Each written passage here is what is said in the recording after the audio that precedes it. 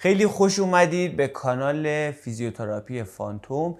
امروز تو این ویدیو قرار راجع به درد دنبالچه یا کوکسیدینیا صحبت کنیم.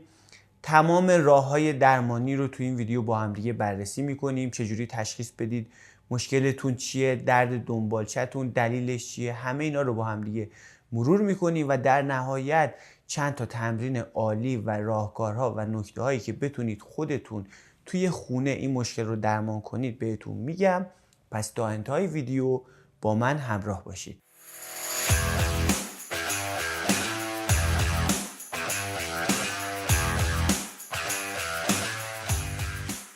ما همین ابتدا اگه بخوایم به آناتومی استخوان دنبالچه یه نگاهی بیاندازیم، استخوان دنبالچه بالاتر از مقعد و پایین استخوان خاجی که استخوان خاجی هم خودش پایین مهره‌های کمر یعنی انتهای ستون فقرات قرار داره. استخوان دنبالچه معمولا در اثر زمین خوردن شروع به درد میکنه، یا فرد زمین میفته یا افرادی که زیاد روی صندلی میشینن و این استخوان دنبالچه بهش فشار میاد و ممکنه یه ذره به سمت جلو حرکت کنه و یه التهاب زیادی هم توی این ناحیه رخ بده. و توی افرادی هم که معمولاً خانمایی که زایمان میکنن، به خصوص با تکونایی که بچه میخوره یا موقع زایمان، ممکنه این استخوان دنبالچه باز یه در واقع در رفتگی یا جابجایی داشته باشه و منجر به درد بشه. اولین کاری که میتونید برای تشخیص این که استخوان دنبالچه درگیره و دچار التهاب یا مشکل شده انجام بدید اینه که میتونید خودتون با انگشت دستتون بالاتر از مقعد استخوان دنبالچه رو فشار بدید. اگه فشار دادید و درد دنبالچه بیشتر شد، یعنی درد دنبالچه هم یه دردیه که معمولاً درد به صورت نقطه‌ایه و درد مثلا توی پا پخش نمیشه، بی‌حسی و گزگز توی پاها نداره. درد معمولاً یه درد لوکال یعنی منطقه‌ایه، معمولاً تو خود قسمت دنبالچه یا بعضاً یه ذره به کمر و لگن شاید منتشر بشه، ولی یه درد لوکال و منطقه‌ایه و منتشر به پا اصلا نمیشه.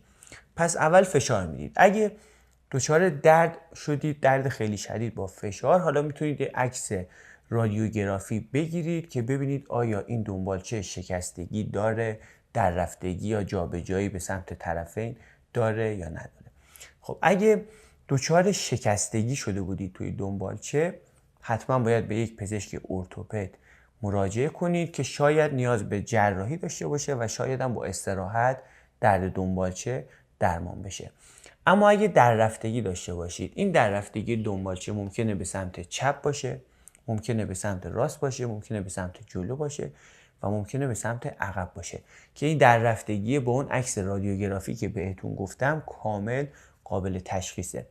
اگه در رفتگی داشت یا جابجایی به سمت طرفین یا عقب جلو داشت، میتونید با مراجعه به کلینیک‌های فیزیوتراپی با یک حرکت منیپولیشن، در واقع یک حرکت ناگهانیه و میتونه این درد دنبالچه رو آروم کنه و اون استخوان دنبالچه رو در مرکز فیزیوتراپی بندازید سر جاش. حالا اکثر افراد هیچ کدوم از این حالتهایی که بهتون گفتم ندارن، نه در رفتگی دارن نه شکستگی دارن.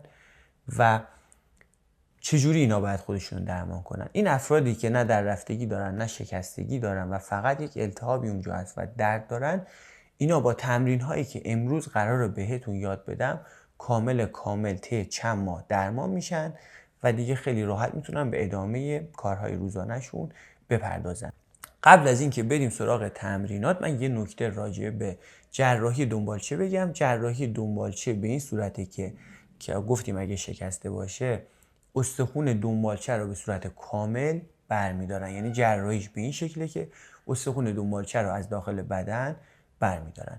یه نکته دیگه هم قبل از شروع تمرینات بهتون بگم و اونم اینه که حتما از بالش‌های طبی زیرنشیمن کسایی که درد دنبالچه استفاده میکنن، از این بالش‌هایی که شبیه دوناتن و وسطشون خالیه، اون بالش‌ها باعث میشه اون زمانی که شما میشینید در واقع دنبالچه‌تون با زمین تماس نداشته باشه و فشار بهش نیاد. این باعث میشه دردتون کمتر بشه.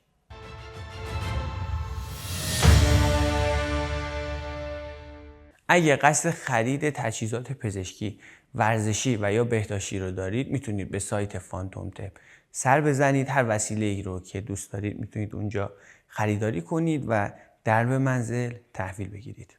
تمرین اولی که میخوام بهتون آموزش بدم تمرین تنفس دیافراگماتیک یا تنفس شکمیه. تمرین به این صورت انجام میشه که اول بعد پاهاتون رو به این حالت باز کنید و با بینی خودتون انگار دارید بو میکشید، هوا رو به سمت داخل ببرید تا جایی که میتونید ریه‌هاتون از هوا پر کنید. وقتی ریه‌هاتون دارید از هوا پر میکنید این قسمت بالایی شکمتون باید یه ذره برآمده بشه. بعد از اینکه هوا رو دادید داخل یه 5 ثانیه مکس میکنید و بعد از اون مکس هوا رو خالی میکنید با دهانتون. پس با بینی هوا رو میکشید داخل انگار دارید بو میکشید. هوا که کامل پر شد 5 ثانیه مکس میکنید و هوا رو میدید با دهانتون بیرون. ببینید من انجام میدم.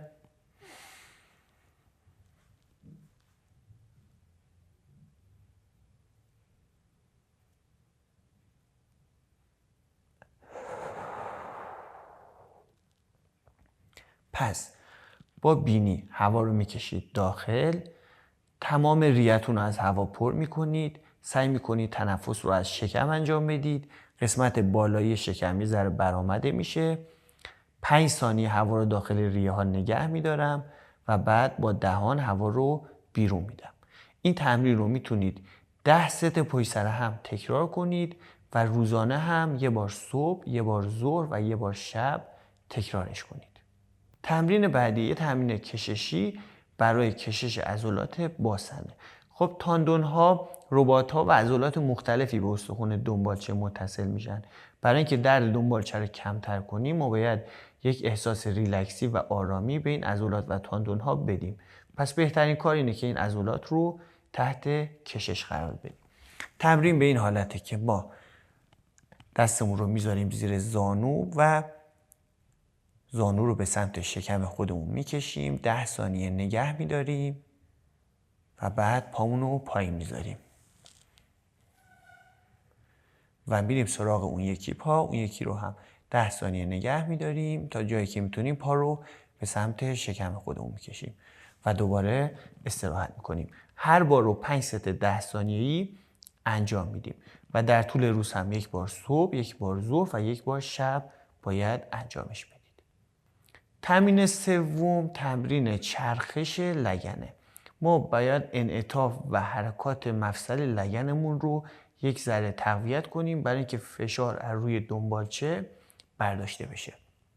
تمرین به این صورتی که ما باید کمرمون رو، اون قسمتی که کمرمون گوده رو به سمت زمین فشار بدیم و لگنمون رو یه ذره از اینجا بچرخونیم به این حالتی که من دستم رو دارم نشون میدم و دوباره کمرمون رو گود کنیم به این حالت و انتهای لگنمون رو به زمین فشار بدیم. دوباره به سمت بالا و پایین. در واقع هی دارم کمرم رو گود میکنم و میچسبونمش زمین. الان گود کردم و میچسبونمش زمین که با این کار یک چرخشی باید توی لگن اتفاق بیفته.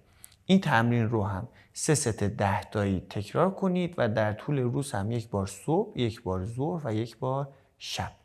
تمرین بعدی هم برای انعطاف عضلات لگنه. باید 2 تا کف پاتون اینجوری از هم دیگه با فاصله قرار بگیرن و زانوی یه پا رو به این سمت کف زمین ببرید و بعد اون یکی پا به این حالت. تا جایی که میتونید این زانو رو باید به سمت زمین حرکت بدید. یک کششی توی عضلات لگنتون باید با این تمرین احساس کنید. این تمرین رو هم 3 تا 20 تا و 3 بار در طول روز، صبح، ظهر، شب باید تکرار کنید. تمرین بعدی به این حالته که باید به حالت 4 دست و پا قرار بگیرید و این پاتون رو به سمت بالا حرکت بدید، بیارید پایین و زمانی که آوردید پایین به سمت بغل حرکت بدید. پس یه بار به سمت عقب میره پا، برمیگرده سر جاش و بعد به سمت بغل، سر جاش، عقب، سر جاش و بغل، یه بار عقب و یه بار بغل. که این تمرین رو باید 3 ست 12 تایی برای هر دو طرف، یعنی هم این پا هم اون پا انجام بدید و در طول روز هم 1 بار صبح، 1 بار ظهر و 1 بار عصر تکرارش کنید.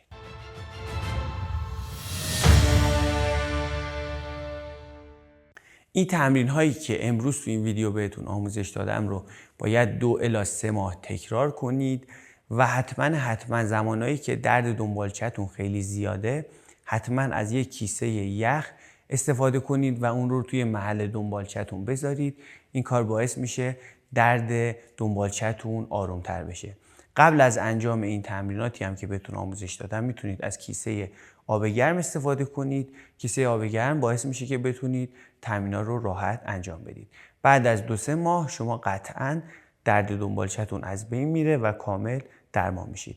اگه این ویدیو رو دوست داشتید این ویدیو رو لایک کنید، برای دوستانتون که فکر میکنید درد دنبالچه دارن بفرستید و نظرات، سوالات و انتقاداتتون هم توی کامنت ها برامون بنویسید.